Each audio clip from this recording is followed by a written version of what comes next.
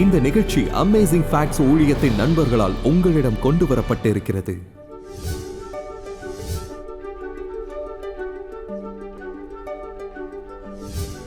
ரோமர் 6ஆம் அதிகாரத்தில் நீங்கள் கீழ்ப்படியும்படி எதற்கு ஒப்புக்கொண்டிருக்கிறீர்களோ அதற்கே கீழ்ப்படுகிற அடிமைகளாய் இருக்கிறீர்கள் என்று உங்களுக்கு தெரியாதா? எனவே உங்களுக்கு தெரியும், பகுப்பாய்வு செய்து உடைக்கப்பட்ட மிருகத்தின் அடையாளம் என்ன என்பதை சரியாக உணரச் செய்ய அது முயற்சிக்கிறது. நம் ஆராய்ச்சி இன்று மிக முக்கியமான ஒன்று. தீர்க்க தரிசனங்களை எதிர்பார்த்து காத்திருக்கும் நம் நண்பர்களை இன்று வரவேற்க நான் ஆயத்தமாக இருக்கின்றேன். மிருகத்தின் அடையாளம் என்று அழைக்கப்படும் மிக முக்கியமான விஷயத்தை குறித்து தீவிரமாக பேச இருக்கிறேன். ஜனங்கள் அதை கேட்கும்போது ஆச்சரியப்படுவார்கள். இது நம் தோலின் கீழ் வைக்கப்படும் கணினி சிப்பா? 666 என்று நெற்றியில் பச்சை குத்தப்படுமா? உங்கள் வாலட்டிலோ அல்லது உங்கள் தோற்பையில் எடுத்துச் செல்லும் விசேஷித்த அருமையான கார்டா? இதனுடைய அடையாளம்தான் என்ன? இது சரீர ரீதியான ஒன்றா? இது ஆவிக்குரிய விஷயமா? நாம் இது குறித்து பேசப் போகிறோம். முதல் கேள்வி, வெளிப்படுத்தலில் நீங்கள் காணும் இறுதியான 7 வாதைகளின் போது யாரெல்லாம் காக்கப்படுகிறார்கள்? இது வெளிப்படுத்தல் 7ஆம் அதிகாரம். அங்கே நாம் நமது தேவனுடைய ஊழியக்காரரின் நெற்றிகளில் முத்திரை போட்டு திருமளவும் பூமியையும் சமுத்திரத்தையும் மரங்களையும் சேதப்படுத்தாதிருங்கள் என்று மகா சத்தமிட்டு கூப்பிட்டான் என்று சொல்கிறது. பாதுகாக்கப்பட்ட குழு என்று ஒன்று இருக்கிறது. அவர்கள் நெற்றியில் ஒரு அடையாளத்தை பெற்றிருப்பார்கள். இதை நீங்கள் படித்திருக்க மாட்டீர்கள். வெளிப்படுத்தலில் எத்தனை பேர் இதை அடிகோடிட்டிருக்கிறார்கள்? எல்லோரும். ஒரு குழு மிருகத்தின் அடையாளத்தை பெற்றிருப்பதாகவும் மற்றொரு குழு தேவனின் முத்திரையை பெற்றிருப்பதாகவும் வேதம் சொல்கிறது. ஒரு குழு நெற்றியில் பிதாவின் நாமத்தை முத்திரிக்கப்பட்டிருப்பார்கள். நீங்கள் வெளிப்படுத்தல் 17க்கு திருப்பிக் கொள்ளுங்கள். அருவருப்புக்கு தாய் என்று எழுதியிருக்கிறது. கோலியாத்தை வீழ்த்தியது எது? ஒரு கல். எங்கே? நெற்றியில். தேவனுடைய வார்த்தை கிறிஸ்து கண்மலை. தேவனின் வார்த்தை கற்களில் எழுதப்பட்ட 10 கட்டளைகள். நெற்றியில் பிசாசை கீழே வீழ தள்ளின. இயேசு பிசாசை எதிர்த்து போராடினார். இது எழுதப்பட்டுள்ளது. பிசாசு நேருக்கு நேர் பேசினான். கோலியாத், அந்த கதையும் அதற்கு அடையாளமாக இருக்கிறது. நீதிமான்கள் நெற்றியில் பெற்றிருந்த முத்திரை என்ன? சரியாக ஏசாயா 8:16 சொல்கிறது, சாட்சி ஆகமத்தை கட்டி என் சீஷருக்குள்ளே வேதத்தை முத்திரையிடு என்றார். எனவே தேவனின் சட்டம் புதிய உடன்படிக்கை. அவருடைய சட்டத்தை அவர் நம் இருதயங்களில் எழுதுவார். இருதயத்தில் வேத அடிப்படையில் இருதயம் என்று சொல்லும்போது இங்கே அது உங்களுக்கு சுட்டிக்காட்டப்படவில்லை. இருதயம் என்று வேதத்தில் நீங்கள் கூறும்போது இங்கே நீங்கள் சுட்டிக்காட்டப்படுகிறீர்கள். ஒரு மனிதன் நினைப்பது போல் அவன் இருதயத்தில், சரியா? ஆகவே தேவனின் சட்டம் கையின் நடவடிக்கைகளில் மற்றும் நெற்றியில் இருக்கிறது. தேவன் தனது பிரமாணத்தை விரும்புகிறார். மிருகத்தின் அடையாளத்தை கொண்ட அனைவருக்கும் யாருடைய ஆவி இருக்கிறது? பிசாசின் ஆவி. தேவனின் முத்திரையை கொண்ட ஒவ்வொருவருக்கும் யாருடைய ஆவி இருக்கிறது? தேவனின் ஆவி இருக்கிறது. ஆகவே அதை நாம் ஏற்கனவே அறிந்திருக்கிறோம். எபேசியரில் பரிசுத்த ஆவியினால் நாம் முத்திரையிடப்பட்டுள்ளோம் என்று உங்களுக்கு ஏற்கனவே காட்டப்பட்டிருக்கிறது. ஆனால் தேவனின் சட்டத்தில் ஆழமாக சொல்லப்படும் ஒன்று தேவனின் முத்திரையை வெளிப்படுத்துவது. வேதாகம முத்திரை என்ன? அதில் என்ன இருக்கிறது? இது இன்றைய ஒரு அலுவலக முத்திரையை போன்றது. இதில் 3 முக்கிய கூறுகள் இருக்கிறது. அது தனிநபரின் பெயரை கொண்டிருக்கப் போகிறது. அவர்களுக்கு அது அதிகாரத்தை கொடுக்கும். அதில் அவர்களின் உத்தியோகபூர்வ பதவி, பின்னர் அவர்களின் தேசம் இருக்கும். உங்களுக்கு தெரியும், இது பொதுவாக சில இடங்களுக்கு கட்டுப்படுத்தப்படும். தேவனுடைய பிரமாணத்தின் நடுவிலும் மிக நீண்ட கட்டளையிலும் நினைவு கூறுவாயாக என்ற வார்த்தையில் முடியும் தேவனின் முத்திரையை நீங்கள் காணலாம். மேலும் இது பரிசுத்தம் என்ற வார்த்தையை காணும் ஒரே கட்டளை. அதுதான் ஓய்வு நாள் கட்டளை. இது நம் நேரத்தை குறித்து பேசுகிறது. அதாவது நம் நேரத்தை தேவனுக்கு கொடுப்பது, தேவனை நாம் ஆராதிப்பது. அவர் நம்முடன் ஒரு சந்திப்பை ஏற்படுத்தி இருக்கிறார். நமக்கு மிகவும் முக்கியத்துவம் வாய்ந்தவர் அவர். அது மட்டுமல்லாமல் அந்த புனிதமான சந்திப்பை நாம் ஏற்படுத்திக் கொள்வோம். அந்த 10 கட்டளைகளில் எது இதன் முத்திரையை கொண்டிருக்கிறது? அதில் உள்ள முத்திரையின் கூறுகளா? 4வது கட்டளை, அதை பார்ப்போம். யாத்ராகமம் 20:11 கர்த்தர் 6 நாளைக்குள்ளே எல்லாவற்றையும் உண்டாக்கினார். இது அவருடைய நாமம். கர்த்தர் உண்டாக்கினார். அவர் சிருஷ்டி. இங்கே அவருடைய தேசம். வானமும் பூமியும், வானத்திலும் பூமியிலும் ஒன்று சேர்க்கப்படவில்லை, இல்லையா? காரணம், அவர் யெகோவா, வானங்களையும் பூமியையும் படைத்தவர், நம்மை பாதுகாப்பவர். தேவனின் முத்திரை தேவனின் நியாய பிரமாணத்தின் நடுவில் இருக்கிறது. அந்த நியாய பிரமாணம் இருதயத்திலும் மனதிலும் நமக்கு இருக்க வேண்டும். இந்த ஆய்வை உங்களுக்கு எளிதாக்கப் போகிறேன். இப்பொழுது நீங்கள் யாருக்கு கீழ்ப்படுகிறீர்கள்? ரோமர் 6ஆம் அதிகாரத்தில் எதற்கு கீழ்ப்படியும்படி உங்களை அடிமைகளாக ஒப்புக் கொடுக்கிறீர்களோ அதற்கே கீழ்ப்படுகிற அடிமைகளாய் இருக்கிறீர்கள் என்று அறியீர்களா? எனவே உங்களுக்கு தெரியும், பகுப்பாய்வு செய்து உடைக்கப்பட்டு மிருகத்தின் அடையாளம் என்ன என்பது சரியாக உணரச் செய்ய அது முயற்சிக்கிறது. ஆரம்பகால புராட்டஸ்டன்ட்டுகள் மிருகத்தை எவ்வாறு அடையாளம் கண்டார்கள்? தேவாலய வரலாற்றை பார்ப்போம். புராட்டஸ்டன்ட்டுகளை கத்தோலிக்கர்களிடமிருந்து வேறுபடுத்தியது எது? புராட்டஸ்டன்ட்டுகள் எதிர்ப்பு தெரிவித்தனர். இன்னொரு விஷயம் உங்களுக்கு சொல்ல விரும்புகிறேன். விட்டன்பர்கில் உள்ள தேவாலயத்தின் வாசல்களில் மார்ட்டின் லூதர் தனது ஆர்ப்பாட்டங்களை நடத்தியதற்காக 500ஆம் ஆண்டு நிறைவு நாள் கொண்டாடியது. பெரும்பாலான புராட்டஸ்டன்ட்டுகள் பொதுவாக கொண்டிருந்த ஒரு விஷயம் என்னவென்றால், தானியேல் 7 2 தெசலோனிக்கேயரில் வெளிப்படுத்துதல் 13 அந்தி கிறிஸ்துவின் வல்லமையை யார் அடையாளம் கண்டது என்பதில் அவர்கள் அனைவரும் ஒன்றுபட்டனர். நான் இப்போது சில மேற்கோள்களை படிக்கப் போகிறேன். உங்கள் இருக்கையில் சரியாக அமர்ந்து கொள்ளுங்கள். பல தேவாலயங்களில் நிறைய நல்ல அன்பான கிறிஸ்தவ ஜனங்கள் இருக்கிறார்கள் என்பதை உங்களுக்கு நான் தெளிவுபடுத்த மிகவும் விரும்புகின்றேன். நாங்கள் எந்த தனி நபர்களையும் குறித்து பேசவில்லை. அவர்கள் வசிக்கும் உத்தியோகபூர்வ நிலையில் ரட்சிப்பின் வசனங்களை கொண்டு தேவனின் இடத்தை அவர்கள் எவ்வாறு விளக்குகிறார்கள் என்பதை பற்றி இப்போது பேசிக் கொண்டிருக்கிறோம். இது உண்மையில் ஒரு பகுத்தாய்வு முறை சார்ந்த ஆராய்ச்சி மட்டுமே. ஆனால் அவர்கள் இங்கே சொன்னது ஜான் வைக்லிஃப். அவர் மறுமலர்ச்சியின் நட்சத்திரம், அவர் காலையின் நட்சத்திரம். வேதாகமத்தை முதலில் ஆங்கிலத்தில் மொழிபெயர்த்தவர். நான் இங்கிலாந்து சென்று அதை பார்த்தேன். கிறிஸ்தவ ஜனங்களின் தலைவர் ரோமில் உள்ள போப் இந்த மோசமான அந்தி கிறிஸ்துவாக இருப்பார் என்று நாங்கள் நினைக்கிறோம். அவர் எந்த சபையை சார்ந்தவர்? கத்தோலிக்க சபை. எனவே இங்கே ரோமில் உள்ள போப் தன்னை ஒரு கத்தோலிக்க கல்விமான் என்று சொல்கிறவர் மீண்டும் ஜான் ஹஸ். போப் தான் உண்மையான அந்தி கிறிஸ்து. தேவனுடைய ஆலயத்தில் தேவன் போல உட்கார்ந்து தன்னைத்தானே தேவன் என்று காண்பிக்கிறவனாகியும் அவன் இருப்பான் என்று எழுதியிருக்கிறார் என்று சொன்னார். மார்ட்டின் லூதர் இந்த போதனை போப் மோசமான அந்தி கிறிஸ்து என்பதை பலமாக காட்டுகிறது. அவர்கள் சொற்களை நறுக்கிச் சொல்லவில்லை, அப்படித்தானே தன்னை உயர்த்தி கொண்டு தன்னையே கிறிஸ்துவுக்கு எதிராக நிறுத்துகிறவன். கால்வின் இருக்கிறார், தேவ ஆலயத்தில் உட்கார்ந்து கொள்வான் என்று தானியேலும் பவுலும் கணித்திருந்தார்கள். அவன்தான் போப் என்று நாங்கள் உறுதிப்படுத்துகிறோம். எனவே உங்களுக்கு ஏதேனும் ஸ்நானகனின் வேர்கள் அல்லது கால்வினின் போதனைகள் கிடைத்திருக்கிறது என்றால் இதைதான் கால்வின் விசுவாசித்தார். லூதர் நம்பினார். John Knox Presbyterian. போப்பின் ராஜ்யம் அந்தி கிறிஸ்துவின் ராஜ்யமாகவும் வல்லமையாகவும் நிரூபிக்கப்படவில்லையா என்று நாங்கள் சந்தேகிக்கிறோம். Roger Williams. அமெரிக்காவில் ரோஜர் வில்லியம்ஸினால் சபைக்கும் மாநிலத்திற்கும் பிரிவினை உண்டாகியது. வில்லியம்ஸுக்கு மிக முக்கியமான புரிதல் இருந்தது. 10 கட்டளைகள் கற்பலகையாகிய 2 பலகைகளில் பொறிக்கப்பட்டதாக இருந்தது. ஒன்று இயற்கை குடியியல், மற்றொன்று இயற்கையில் மேலான ஆவிக்குரிய காரியம். முதல் 4 கட்டளைகள் தேவனுடனான நமது ஐக்கியத்தை குறிக்கிறது. அமெரிக்காவில் எந்த அரசாங்கமும் முதல் 4 கட்டளைகளை எவ்வாறு கடைபிடிக்க வேண்டும் என்று ஜனங்களை கட்டாயப்படுத்தவில்லை. எப்படிப்பட்ட தேவனை ஆராதிக்க வேண்டும், எப்போது அவரை ஆராதிக்க வேண்டும், எப்படிப்பட்டவராக இருக்கிறார் என்று அரசாங்கம் உங்களுக்கு சொல்ல அவசியமில்லை. ஆனால் கடைசி 6 கட்டளைகளை எந்த ஒரு அரசாங்கமும் புறக்கணிக்காது. சொத்துக்களை மதித்தல், திருமணங்களை மதித்தல், பெற்றோர்களை மதித்தல். இது மிகவும் சீரான அணுகுமுறை. அவர் சொன்னது இதுதான்.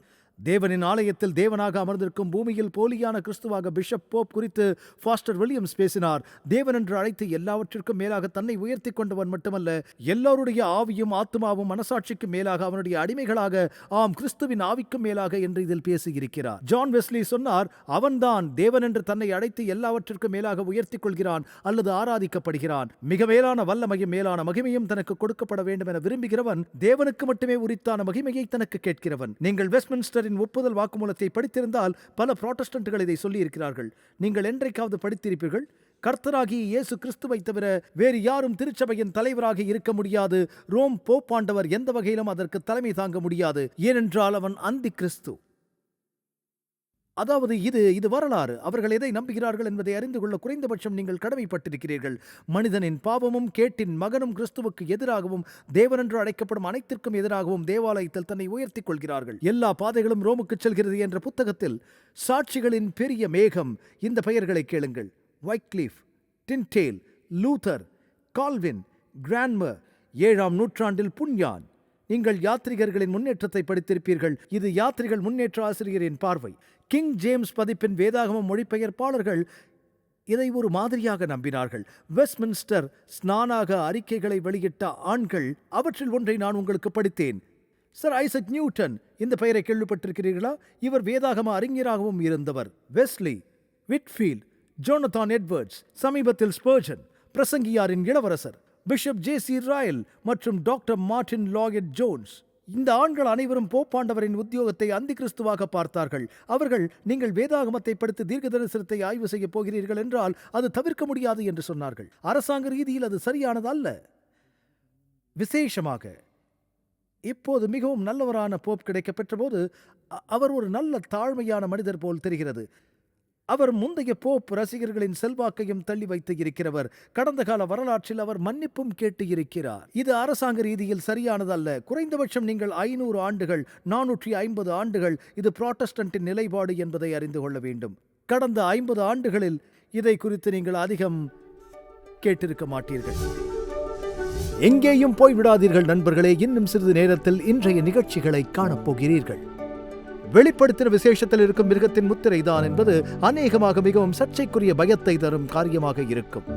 சிலர் இதை நெற்றியில் பொறித்த எண் டாட்டூ என்கிறார்கள். சிலர் நமது கைகளில் பதிக்கப்பட்ட கம்ப்யூட்டர் சிப் என்கிறார்கள். மேலும் சிலர் ரகசியமாக உலகத்தில் அறிமுகம் செய்யப்பட்ட ஒரு சூப்பர் ஐடி கிரெடிட் கார்டு எண் என்றும் சொல்கிறார்கள்.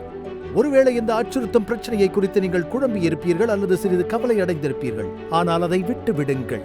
ஏனென்றால் ஒரு எளிய நடைமுறையான வேதாகம வகுப்பு இந்த முழு காரியத்தையும் சரியான புரிதலுக்குள் கொண்டு வந்துவிடும். அதனால் தான் இந்த அமேசிங் ஃபேக்ட்ஸ் உங்களுக்கு உதவும்படி ஒரு விசேஷத்தை எழுச்சியூட்டுகின்ற வேத பாடத்தை உங்களிடம் அனுப்புகிறது.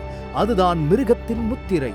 இது ஒரு விரிவான, அதே நேரம் எளிதாக புரிந்து கொள்ளக்கூடிய பாடம். பிசாசின் தந்திரங்களை தவிர்க்க மட்டும் இது உதவப் போவதில்லை. இன்று உங்கள் வாழ்க்கையில் தேவனுடைய பாதுகாப்பை பெற படிப்படியான வழிகாட்டுதலையும் இது அளிக்கப் போகிறது. கேட்க நன்றாக இருக்கிறதா? இந்த இலவச சலுகையை பெற்றுக்கொள்ள தயார்படுத்திக் கொள்ளுங்கள். எப்படி என்றால், உங்கள் இலவச பிரதியை பெற்றுக்கொள்ள திரையில் காணும் எண்ணில் அழையுங்கள் அல்லது எங்கள் இணையதள முகவரியில் தொடர்பு கொள்ளுங்கள். இந்த நம்ப முடியாத ஆதாரங்களை படித்த பிறகு உங்கள் நண்பருக்கு பகிருங்கள். நாம் இன்றைய நிகழ்ச்சிக்கு போகலாம் என்று தேவ வார்த்தையில் இருந்து சில அற்புதமான உண்மைகளை கற்றுக்கொள்ளலாம். அப்படியானால் மிருகத்தை அடையாளம் காணும் மர்ம எண் என்ன? அந்த எண் நீங்கள் அனைவரும் அறிவீர்கள். 666. புளோரிடா மாநில துருப்புகளின் படம் இங்கே இருக்கிறது. 666 அவரது உரிமத்தட்டில். இதன் பொருள் என்ன? நீங்கள் அனைவரும் சிரிக்கிறீர்கள். அந்த எண்ணை குறித்து ஒன்று இருக்கிறது என்பது அனைவருக்கும் தெரியும். நான் ஒரு கடையில் ஒருமுறை சில்லறையை வாங்கிக் கொண்டிருக்கிறேன். நான் வாங்கியதை மறந்துவிட்டேன். ஆனால் எனக்கு கொடுக்கப்பட்ட சில்லறை எப்படியாக வந்தது? நான் எல்லாவற்றையும் வாங்கிய தொகையானது $6.66 என்று வந்தது. காசாளர் 666 என்று சொன்னார். நானும் ஆமாம், அதை பார்த்தேன் என்றேன். இதன் பொருள் என்ன தெரியுமா என்று கேட்டேன். அவன் இல்லை, ஆனால் இது மோசம் என்றான். ஏனெனில் அனைவருக்கும் அது தெரியும். அதன் அர்த்தம் அவர்களுக்கு தெரியாது. நல்லது, உங்களுக்கு தெரியும். இது ஒரு சுவாரஸ்யமான எண். 1913ஆம் ஆண்டு கத்தோலிக்க கலை களஞ்சியத்தின்படி பிராம்டா பிப்ளியோதெக்கா என்ற ஆவணத்தில் நீங்கள் படித்திருந்தால், இது மத அறிவின் உண்மையான கலை களஞ்சியம் மற்றும் தகவல்களின் விலைமதிப்பற்ற சுரங்கமாக இருந்திருக்கிறது. இந்த புத்தகம் ஒரு அதிகாரப்பூர்வ கத்தோலிக்க ஆதாரமாக அடுத்தடுத்து மேற்கோள் காட்டப்படுகிறது. இங்கு அது என்ன சொல்கிறது? பாப்பா வைகேரியஸ் பிலாய் டே என்ற தலைப்பின் கீழ் போப்பின் பதவியாக அது தோன்றுகிறது. போப்பின் அதிகாரப்பூர்வ தலைப்புகளில் இது ஒன்று. லத்தீன் சொற்களை நீங்கள் கவனிக்க வேண்டும். போப்பின் கிரீடத்தில் உள்ள கடிதங்கள் விகாரியஸ் பிலாய் டே லத்தீன் மொழியில் தேவகுமாரனின் பேராயர் என்பதாகும். தேவகுமாரனின் பிரதிநிதி இயேசு, பரிசுத்த ஆவியானவர் என் பிரதிநிதி என்று சொல்கிறார். நீங்கள் அந்த வார்த்தைகளை சேர்க்கும் போது பள்ளியில் படித்த ரோமன் எண்களை உங்களில் எத்தனை பேர் நினைவில் வைத்திருக்கிறீர்கள்? V என்பது 5. நீங்கள் இன்னும் பழைய லத்தீன் எண்களை பயன்படுத்தும் இடங்களை இப்போதும் பார்க்கலாம்.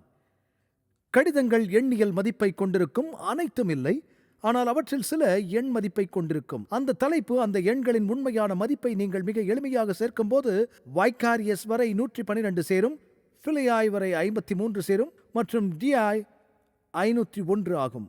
மேலும் நீங்கள் அவற்றை கூட்டி பார்த்தால் 666 என வரும். இப்போது பிரதான ஆசாரியரின் தலைக்கு மேலே ஒரு வாசக பலகை இருந்தது. அதில் கர்த்தருக்கு பரிசுத்தம் என்று எழுதியிருந்தது. பரிசுத்தம் என்ற வார்த்தை ஓய்வு நாள் கட்டளையில் இருக்கிறது. பரிசுத்தமானது தேவனின் முத்திரை, பரிசுத்த ஆவியானவர். இயேசு மரித்தபோது அவர் தலைக்கு மேலே யூதர்களின் ராஜா என்று எழுதியிருந்தது.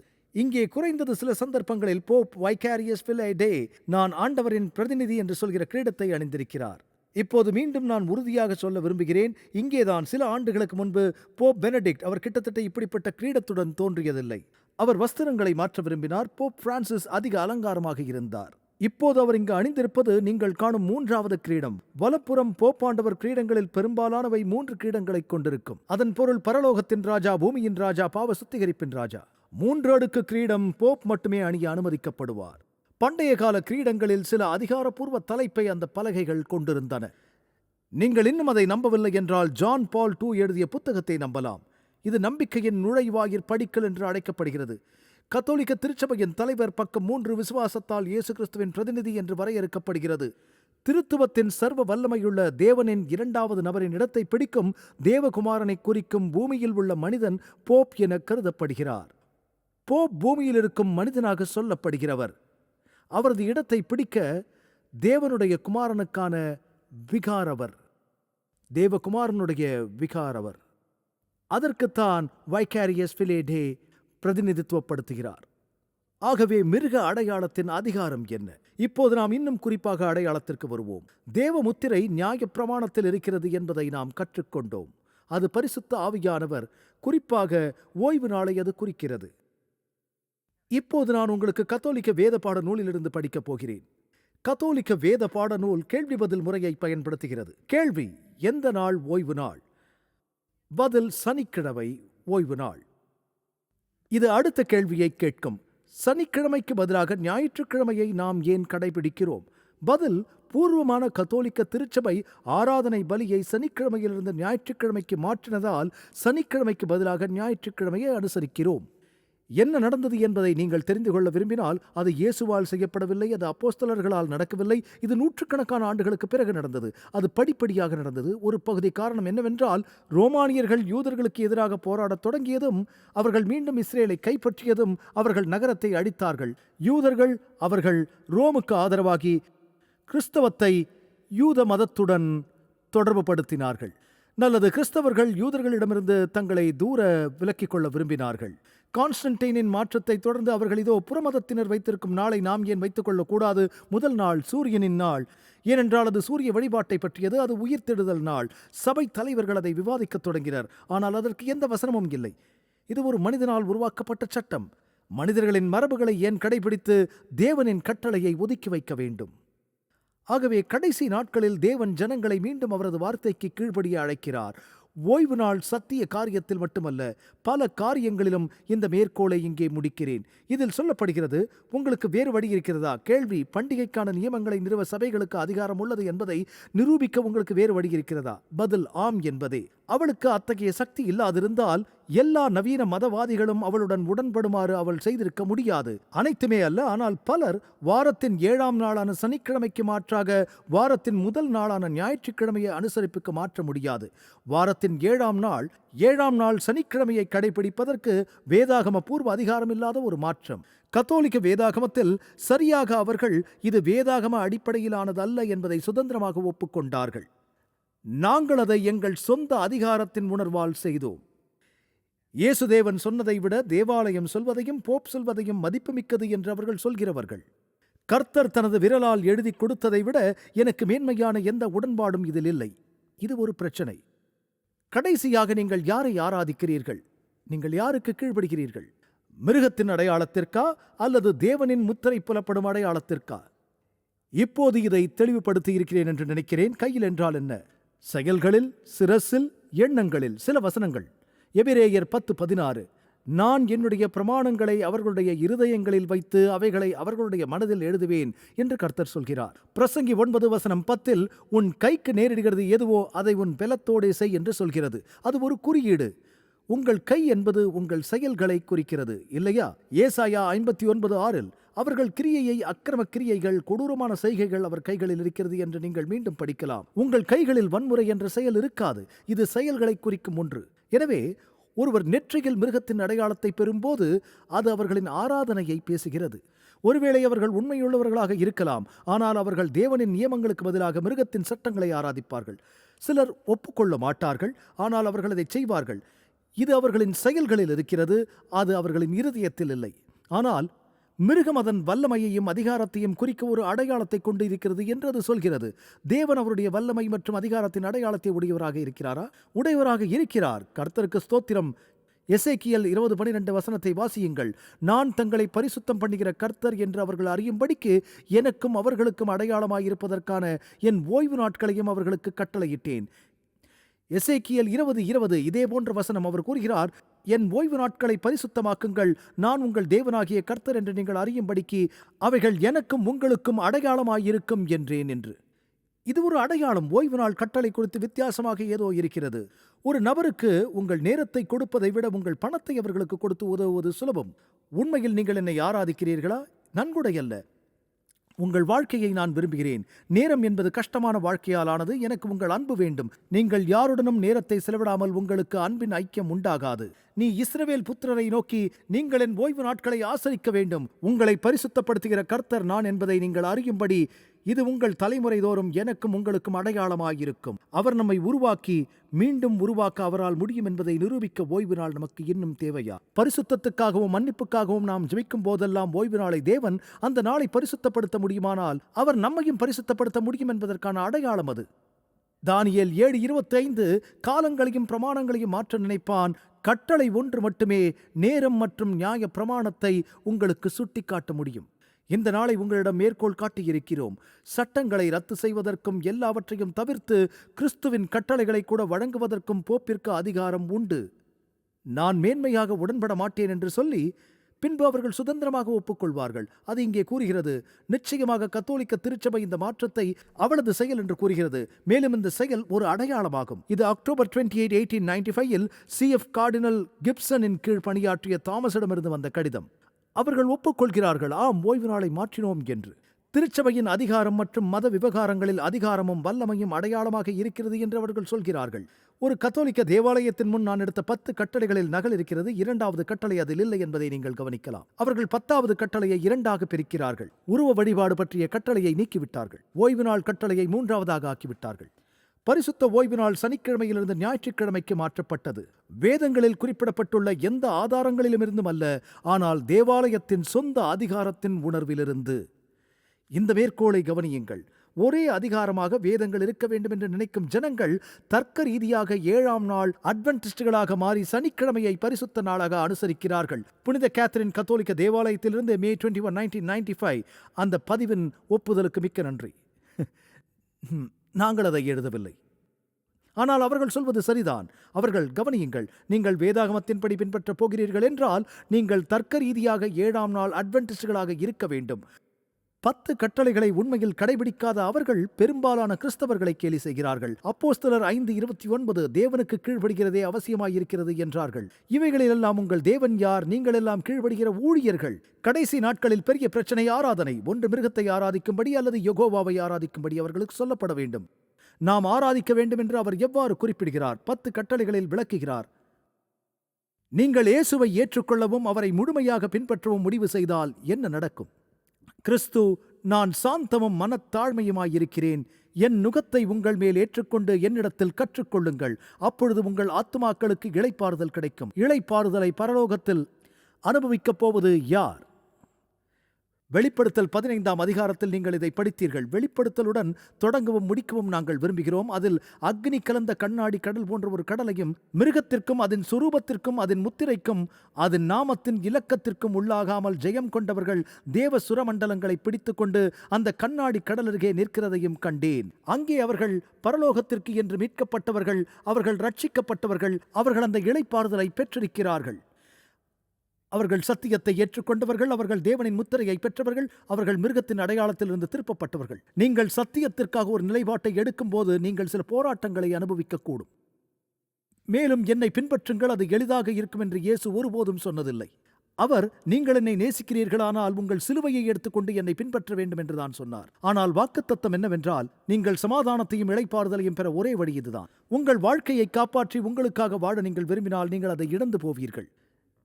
நீங்கள் ஜீவனை காக்க விரும்பினால் உங்கள் சுயத்திற்கு இல்லை என்றும் இயேசுவுக்கு ஆம் என்றும் சொல்ல வேண்டும். உங்களுக்கு ஆசீர்வாதமான வாழ்க்கை இருக்கிறது. அவர் சொன்னார், நானோ அவைகளுக்கு ஜீவன் உண்டாயிருக்கவும் அது பரிபூரணப்படவும் வந்தேன் என்கிறார்.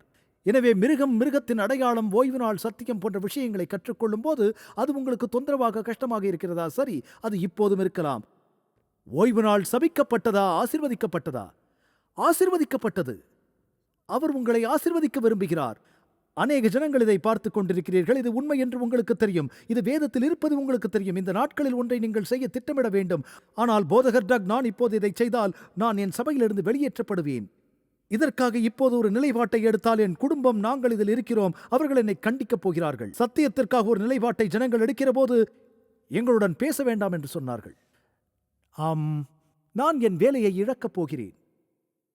ஷாத்ராக், மேஷாக், ஆபத்நேகோ ஆகியோர் தங்கள் வேலையையும் வாழ்க்கையும் இழக்க தயாராக இருந்தனர். இது என்னுடையதாயிராமல் என்னை அனுப்பினவருடையதாயிருக்கிறது என்று இயேசு சொன்னார். தன் தகப்பனையும் தாயையும் மனைவியையும் பிள்ளைகளையும் சகோதரனையும் சகோதரிகளையும் தன் ஜீவனையும் வெறுக்காவிட்டால் எனக்கு சீஷனாய் இருக்க மாட்டான். உங்கள் வாழ்க்கையில் அவருக்கு முதலிடம் கொடுங்கள்.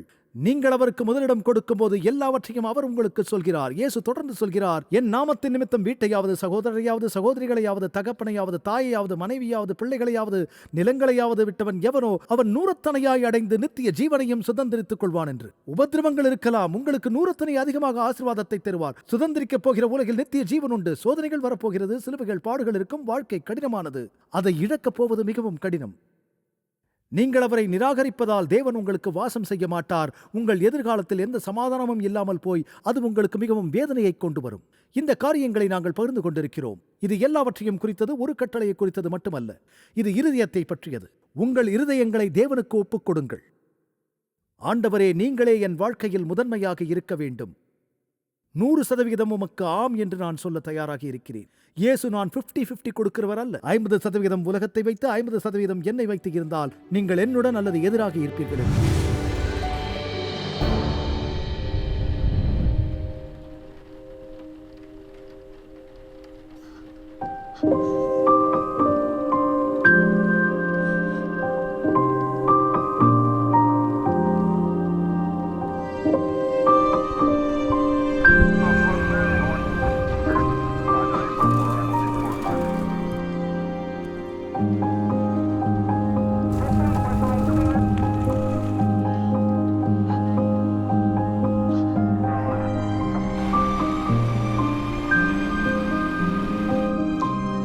கூட்டம் ஒன்றாக கூடி வர முடியும். இனி வலி இல்லை, இனி காவல் நிலையம் இல்லை, இனி நோயும் இல்லை, மரணமும் இல்லை, துக்கமும் இல்லை.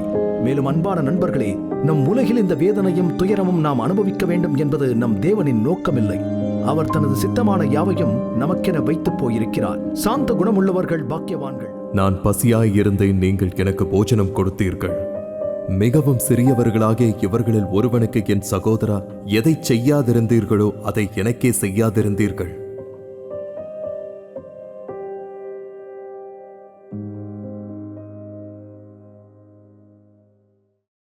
உங்கள் வீட்டின் வசதியில் இருந்து நீங்கள் படிக்கக்கூடிய வகையில் இலவச வேதாகம பள்ளியை ஆச்சரியமூட்டும் உண்மைகள் உங்களுக்கு வழங்குகிறது என்று தெரியுமா? தேவனின் வார்த்தையை குறித்து உங்கள் ஆய்வில் உங்களுக்கு உதவ 27 அழகாக விளக்கப்பட்ட பாடங்கள் ஆங்கிலம், இந்தி, தமிழ் மற்றும் தெலுங்கு மொழிகளில் கிடைக்கிறது. இந்த இலவச வேதாகம படிப்பு பாடநெறிக்கு இன்றை பதிவு செய்ய biblestudy.aftv.in என்ற இணையதளத்தை காணுங்கள்.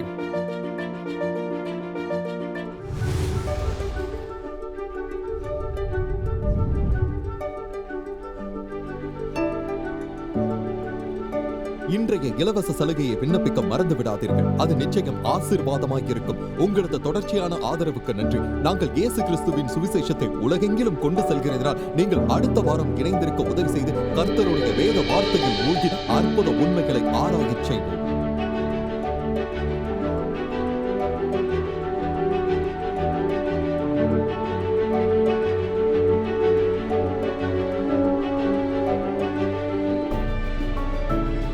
இந்த நிகழ்ச்சி அமேசிங் ஃபேக்ட்ஸ் ஊழியத்தின் நண்பர்களால் உங்களிடம் கொண்டு வரப்பட்டிருக்கிறது.